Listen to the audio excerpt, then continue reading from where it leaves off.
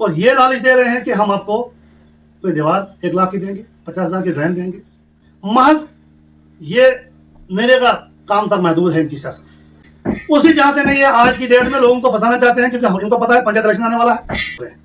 अगर दम है, मैं सजाद शाहीन साहब को, ये उनको क्या है यहाँ पे पीआरआई के काम में मतलब दखल देना, उनको क्या है बीडीसी या डीडीसी के काम में दखल देना। बीडीपी के लिए कितना बड़ा नुकसान है कि लोग उन्हें छोड़ रहे हैं। दाड़म से भीमदासा रोड की कभी शिकायत नहीं आई। आप लोगों ने लोगों को देना है, हमदर्दी करनी है तो सीधे देते नहीं, यहाँ के लोगों को ये कहा होगा किसी भी जगह की गूगल को बचाओ। हमारे हाजी इम्तियाज निशान साहब का वो विजन है। अस्सलाम वालेकुम नाजरीन, मैं शेख मसूद। नाजरीन, जिला रामबन के बानिहाल गोल हल्के असेंबली के अंदर जो सियासी सरगर्मियां हैं काफी तेज देखने को मिल रही है।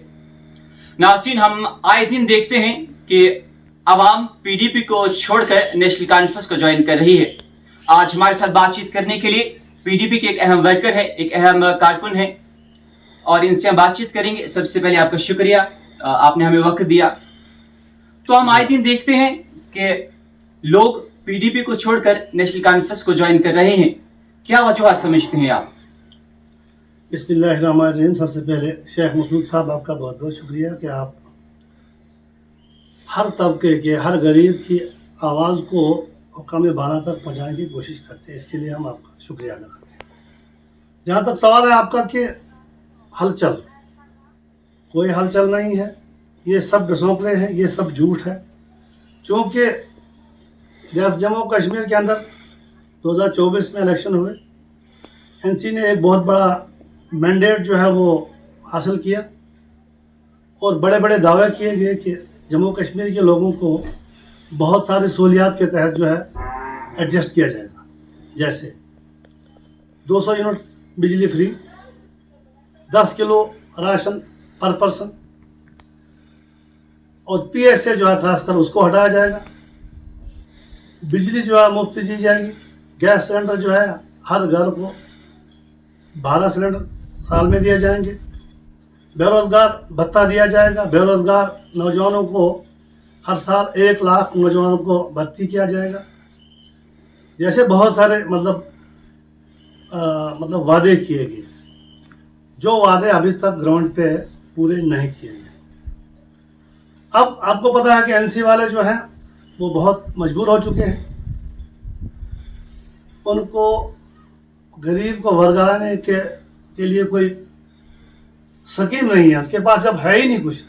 तो आज की डेट में वो, खासकर हम गूल और ये बनिहाल की बात करें, हमारे सजाद शाहीन साहब और उनके कुछ हामी लोग जो हैं, जिनको पता है हमारा झकासत जो सब डिवीजन गूल है इसमें वो पूरे खाली हैं, और आगे उनको पता है कि सब यहाँ पे शायद पंचायत इलेक्शन भी होंगे, तो वो कोशिश कर रहे हैं फिल इन द ब्लैंक्स। उनका ग्राउंड यहाँ पे खाली है तो वो भरने की कोशिश कर रहे हैं, और ये लालच दे रहे हैं कि हम आपको कोई दीवार 1 लाख की देंगे, 50,000 की ड्रेन देंगे, कहीं जगह पे आपको हम टैंकी देंगे। रोड छोड़िए, स्कूल छोड़िए, इरिगेशन छोड़िए, एजुकेशन छोड़िए, पीडीटी छोड़िए, बाकी जो बड़े डेवलपमेंट जो वादे किए वो तो छोड़िए, दफ़ा 370 छोड़िए। जो असल में उन्होंने दफ़ा 370 के नाम पे जो है वोट हासिल किए थे जम्मू कश्मीर में, असल मुद्दा वो था और लोगों ने उस पर वोट दिया। दूसरा उन्होंने वोट लिया था फर्स्ट राइट एक्ट के तहत। उन्होंने कहा था कि एक ही वाहिद जमात है, वो है एनसी, जो घर जो हैं जम्मू कश्मीर के गरीब लोग जो हैं वो जंगलों में बस रहे हैं, उनको कोई नहीं निकालेगा वहाँ से। आपने देखा पिछली बार कि हमारा यहाँ शुरू करेंगे मुगजी, हमारा दाड़म वार्ड नंबर 1 मुगजी जो है, यहाँ पे नोटिस दी गई जंगलात की तरफ से, उनका भी जंगलात मिनिस्टर है, वो कहाँ सोए हैं। गगरसुल्ला गुंडी पंचायत जो है वहाँ पे नोटिसें दी गई कि आप ये जगह खाली करो। कहाँ बैठा है हमारा मुर्तला साहब, कहाँ बैठा है हमारा ये क्या बोल रहे हैं जंगलात मंत्री, और कहाँ है हमारा एमएलए साहब सजाद शाहीन साहब, उन्होंने बात तक क्यों नहीं की। महज ये नरेगा काम तक महदूद है इनकी सियासत। पिछली बार हमने प्लान बनाया, पीआरआई का प्लान, लोगों का प्लान है। आज तो पीआरआई है नहीं, आज पीआरआई का प्लान जो है लोगों ने अपनी मर्जी से खर्च करना है। आज ये जो डीडीसी का प्लान जो है वो लोगों ने अपनी मर्जी से खर्च करना है। आज बीडीसी का प्लान जो है वो लोगों ने देना है, लोगों ने अपनी मदद से खर्च करना है। बजाय उसके हमने 10 मजलिस में पंचायत घर, हर पंचायत घर के अंदर पूरे कंस्टिट्यूंसी के अंदर की बात करूंगा मैं, वहां पे प्लान बनाए गए और वहां पे हम लोगों ने साइन किए, 10 मजलिस में साइन किए। अफसोस यह है कि जब प्लान सैंक्शन होके आया तो वहां पे वो एक काम भी लोगों की तरफ दिया गया मंजूर शुदा नहीं था, बल्कि उन्होंने चंद लोगों को वर्गलाने के लिए 50,000, 97,000, 1 लाख, 1.5 लाख का काम रखा। जो आम गरीब है वो वहां का वहां रह गया। उसी झांसे में ये आज की डेट में लोगों को फंसाना चाहते हैं, क्योंकि इनको पता है पंचायत इलेक्शन आने वाला है और हम किसी तरीके से लोगों को अपने पास जोड़ें ताकि हम उमर अब्दुल्ला साहब को दिखाएं, जम्मू कश्मीर के लोगों को दिखाने की कोशिश करें कि यार धूल बानिहाल कॉन्स्टिट्यूंसी है जहां पे एनसी के साथ लोग जुड़ रहे हैं, मगर वजह यह है कि इनको नरेगा से ये लोग जोड़ रहे हैं। अगर दम है, मैं सजाद शाहीन साहब को ये कहना चाहूंगा कि अगर आपको हमदर्दी है अपने वर्कर से तो आपके पास सीडीएफ का पैसा है, सीडीएफ के पैसे से उनको 2 लाख, 3 लाख, 5 लाख में एडजस्ट किए थे, मैं मानूंगा। हमारा जो आम पैसा है, जो आपका हक ही नहीं है, आपको खर्च करने का कोई हक नहीं है। मैं डंके की चोट पे ये बात कहना चाहूंगा, कोई हक नहीं है। आज की डेट में अगर हम इस पे कानूनी कार्रवाई करें, कोर्ट में जाएं, तो सजाद शाहीन साहब के पास कोई जवाब नहीं है इस बात का। उनको क्या है यहाँ पे पीआरआई के काम में मतलब दखल देना, उनको क्या है बीडीसी या डीडीसी के काम में दखल देना। ये तो आम लोगों ने करना है, ये तो आम लोगों पब्लिक का हक है, ये तो दयामर्जी होती है इसके लिए। और इसी बिना पे जो आज ये हमारे जो गूल सब डिवीजन या बानिहाल सब डिवीजन के लोग, जो नादान लोग हैं, सारे लोग हैं, वो फिदा हो रहे हैं यार कहीं हमको 50,000 मिलेगा, कहीं लाख रुपए मिलेगा, वो उनको भी नहीं मिलता। उसकी बजट टेंडरिंग होती है, लेकिन लोग नादान होते हैं। जैसे हमारे ब्लॉक संगलदान से जो हमारे सादे लोग हैं माहकुंड के, उनको वर्गलाया जाता है। दलवा के कुछ लोगों को वर्गलाया, क्योंकि दलवा की जो हमारी डीडीसी चेयरपर्सन थी, वहाँ उसका पूरा ग्राउंड जो है खाली है। कोशिश कर रही है अब्दुल्ला साहब को ये दिखाने की कि मेरे यहाँ चंद वोट हैं, ताकि आगे पंचायत इलेक्शन में वो डीडीसी के लिए खड़ी उठे, ताकि उनको लगे कि मैं भी कैंडिडेट हूँ। आप क्या समझते हैं कि पीडीपी के लिए कितना बड़ा नुकसान है कि लोग उन्हें छोड़ रहे हैं? देखो, मैंने आपसे पहले ही कहा ना, ये लोग जाएंगे, ये जाएंगे। नादान लोग जो है, हमारे सादा लोग जो हैं, कुछ लोग तो एनसी के ही थे इसमें, उनको हारें पहनाई कि ये कहने लगे ये पीडीपी के लोग हैं, बल्कि वो एनसी के ही थे। कुछ लोग जा रहे हैं, बेचारे होते हैं, कोई लोग नादान होते हैं जो कहते हैं कि हमें कुछ फायदा मिलेगा। लेकिन नरेगा तो हम भी उनको एडजस्ट करेंगे, नरेगा में हम भी एडजस्ट, अपने प्लान में उनको एडजस्ट करेंगे, हम उनको बीडीसी प्लान में एडजस्ट करेंगे, हम उनको डीडीसी प्लान में एडजस्ट करेंगे। ये तो हमारे पास बहुत सारे प्लान हैं, तो इसमें हम डीसी साहब के पास जाकर उनको हम एडजस्ट कर सकते हैं। हमारे डीसी साहब ने जितना काम किया है डिस्ट्रिक्ट रामबन के अंदर, मेरे ख्याल से अभी ये सजाद शाहीन साहब 15 साल भी नहीं कर सकते। यहाँ पे हमारे डीडीसी चेयरपर्सन ने यह वादा किया था, जहाँ पे एमएलए साहब पिछली बार आए थे, उन्होंने कहा था, हमने जब डिमांड की कि यहाँ पे हमको एम्बुलेंस दे दो, तो वो खड़ी उठी, उन्होंने कहा कि सर मैंने ये प्लान में रखा है। वो कहाँ गया प्लान, कहाँ वो प्लान गया, मुझे बताओ ना। उसके बाद हमने गुहार लगाई अपने डिप्टी कमिश्नर इलियास साहब के, खान साहब के पास। बहुत नेक दिल हैं और बहुत काबिल तरीन ऑफिसर हैं डिस्ट्रिक्ट रामबन के अंदर, एक डिस्ट्रिक्ट मजिस्ट्रेट है, इसमें कोई शक नहीं। और उन्होंने हमको यहाँ एम्बुलेंस भी दिया, उन्होंने हमको यहाँ स्टाफ भी दिया हॉस्पिटल में, उन्होंने हमको यहाँ स्टाफ दिया नयाबत में।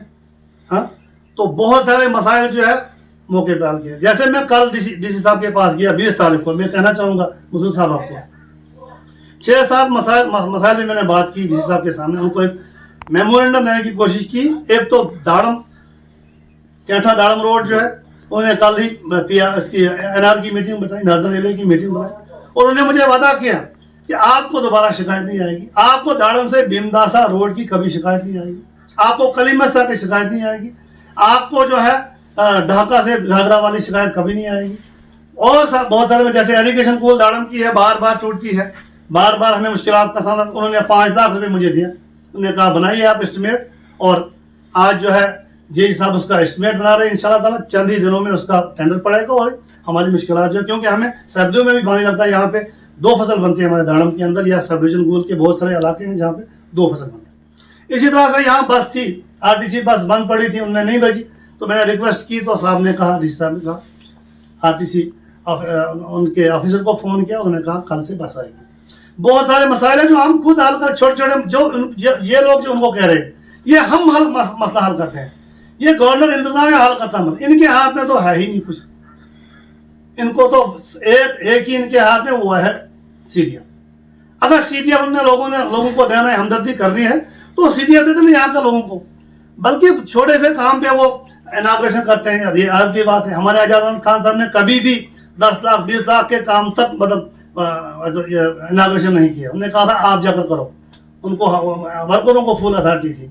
और जितने भी काम किए हुए हैं अभी तक जो चल रहे हैं वो एजाज अहमद खान साहब के काम चल रहे हैं यहाँ पे गूगल और यहाँ बानिहाल में वकार हुल साहब के, और यहाँ पे एजाज अहमद खान साहब के काम चल रहे हैं। इनका अभी तक ये मुझे बताएं क्या काम किया दाड़म के अंदर, हमारे डीसी चेयरमैन ने किया क्या काम, मुझे बताओ। और ये लोगों को सिर्फ धोखा दे रहे हैं, कुछ नहीं है। इंशाल्लाह अनकरीब वक्त आने वाला है, मैं नहीं बताऊंगा, कुछ बातें बताने की होती है, कुछ नहीं होती है। एक बहुत बड़ी बहार आने वाली है पीडीपी के लिए, इंशाल्लाह ताला सभी लोग देखेंगे। अगर नेशनल कॉन्फ्रेंस की बात करें, सज्जाद शाहीन की बात करें, तो उनका कहना है कि लोग हमारे काम से, हमारी कारकर्दगी से मुतासिर होकर हमें ज्वाइन कर रहे हैं। ठीक है, वो तो पीआरआई से, लोग तो पीआरआई के कामों से मुतासर है ना, क्योंकि वो हमारे काम है, क्योंकि वो 50,000 लाख का वो झांसा देकर उनको फंसा रहे हैं। बाकी उनके कौन से काम है? कोई काम नहीं है उनका, उन्होंने कोई काम नहीं किया होगा और कहीं मैं कह नहीं सकता। दूसरी बात मैं आपकी नॉलेज में बताना चाहता हूँ, हमारे लीडर की कोई, हमारे इम्तियाज अहमद शाह साहब की कोई भी रिकॉर्डिंग बताओ हाजी साहब की, जब उन्होंने 2024 के इलेक्शन में ये कहा होगा किसी भी जगह कि गूगल को बचाओ, उनके मुंह से ये अल्फाज कभी भी नहीं निकलेंगे। इसको क्या आज सरेआम ला जा रहा, गूगल बचाओ, किसी ने नहीं बताया गूगल बचाओ, बल्कि यहाँ के ही दुश्मन अनासर जो है, यहाँ के ही लोग जो है, उन्होंने इस बात को थोड़ा ऊपर उछाला ताकि उनको उससे आपत्ति थी, क्योंकि उनको ज़्यादा वोट मिले, वो उनको आपत्ति है। वो ज़्यादा वोट आइंदा न लें, उनको आपत्ति है, उनको बड़ा नुकसान हो रहा है, वो जल रहे हैं, उनका कलीजा जल रहा है। लिहाजा वक्त आएगा पीडीपी यहाँ से बहुत ज़्यादा लीड करेगी, खासकर जो है बानिहाल के लोगों के साथ जो हमारे इम्तियाज अहमद शाह साहब का जो ताल्लुक़ है, जो मोहब्बत है, वो बढ़ता जा रहा है इंशाल्लाह और बढ़ेगा। और आइंदा आने वाले इलेक्शन में सबसे ज़्यादा अगर काम होंगे वो हम करेंगे तो बानिहाल का करेंगे। और बानिहाल के लोगों को ये कदर आ चुकी है कि काश कि अगर इम्तियाज शाह साहब हाजी साहब उस इलाके में पूरी तरह घूमे होते, वो गए नहीं वहाँ, पूरे इलाके में पूरी पंचायतों में नहीं जा पाए, वक्त कम था, तो उन्होंने ये कहा भी कि अगर आप यहाँ आए होते काश कि हम आपको 10,000 वोट एक्स्ट्रा देते। वो वक्त आएगा, ये वक्त रहने वाला नहीं है। लिहाजा मैं आपको मसूद साहब ये कहना चाहूँगा कि आने वाला वक्त पीडीपी का होगा, आने वाला वक्त गरीब लोगों, गरीब आवाम का होगा, जो पीडीपी से जुड़े लोग हैं, गरीब लोग हैं, उनका होगा। आने वाला वक्त नौजवानों का होगा, आने वाला वक्त ओल्ड एज पेंशनर्स का होगा, जिनको अभी तक पेंशन नहीं मिल रही है, जो उससे महरूम है बेचारे, उनको मिलेगा। और वो लोग जो बेरोजगार नौजवान हैं इस वक्त जम्मू कश्मीर, पढ़े लिखे, PhD, LLB, BA, BCom, 12th पास वगैरह, जो इंतज़ार कर रहे हैं कब हमें नौकरी मिले और इनको प्राइवेट सेक्टर में भी एडजस्ट किया जाएगा, वो विजन है हमारे लीडर जो है महबूबा मुफ्ती जी, उनके अंदर है। उनकी जो इल्तिजा मुफ्ती जी हैं, उनकी बेटी, उनके अंदर वो विजन है, इनके अंदर विजन है, हमारे हाजी इम्तियाज अहमद शाह साहब के अंदर वो विजन है। विजन खुलेगा एक दिन इंशाल्लाह ताला। ठीक है, इनके हाथ में आज इक़्तिदार आ गया, ये तो हवा में बातें करते हैं, हम हवा में बातें करने वाले में, हम लोगों की मदद करते रहते हैं, करेंगे इंशाल्लाह ताला। बहुत बहुत शुक्रिया आपका बात करने के लिए। ये थे अल्ताफ अहमद त्रागवाल साहब, जो पीडीपी की रहनुमाई करते हैं। इनकी गुफ्तगू आपने सुनी, और अगर आपको हमारा काम अच्छा लगता हो तो इस वीडियो को शेयर कीजिए, लाइक कीजिए, हमारे चैनल को सब्सक्राइब कीजिए, ताकि मजीद इस तरह की वीडियोस हम आप तक पहुंचाते रहे। बहुत बहुत शुक्रिया।